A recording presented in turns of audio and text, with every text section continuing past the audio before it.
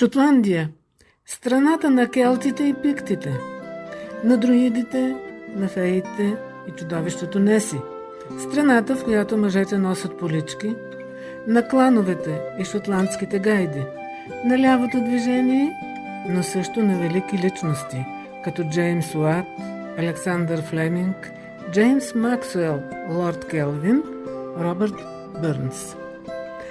Шотландия пленява с прекрасната си природа. Необятни зелени ливади със свободно пасящи овце, китни градчета с симпатични къщи, с характерни еркерни прозорци и малки градинки отпред. Красиви градове, напомнящи за вековна история.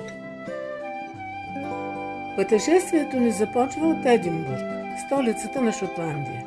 Минаваме през живописни предградия, през новия град, където сградите са от 18 и 19 век, и навлизаме в Стария град. В този момент за нас времето се връща назад и се озоваваме в света на братя Грим. Пред нас в далечината е приказен замък. Всъщност това е Ню Колидж, част от Единбургския университет. В момента там се помещава Богословския факултет на университета. Следва паметника на един от великите шотландски писатели – сър Уолтер Скот. Навлизаме в централната улица на Стария град, така наречената Кралска миля.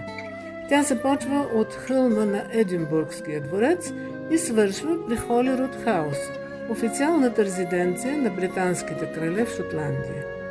Наслаждаваме се на интересните сгради, множеството кафененца и магазинчета.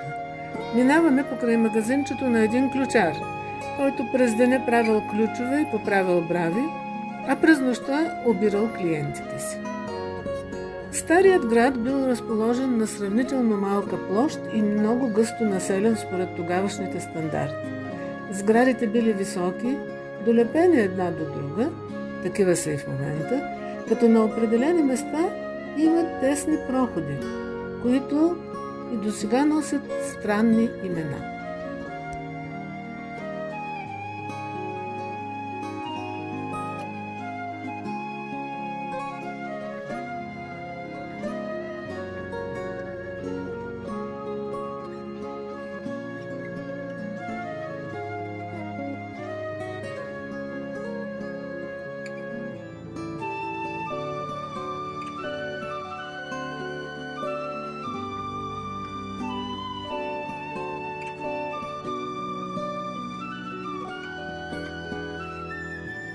Една от големите забележителности на Единбург е катедралата Сейнт Джайлс.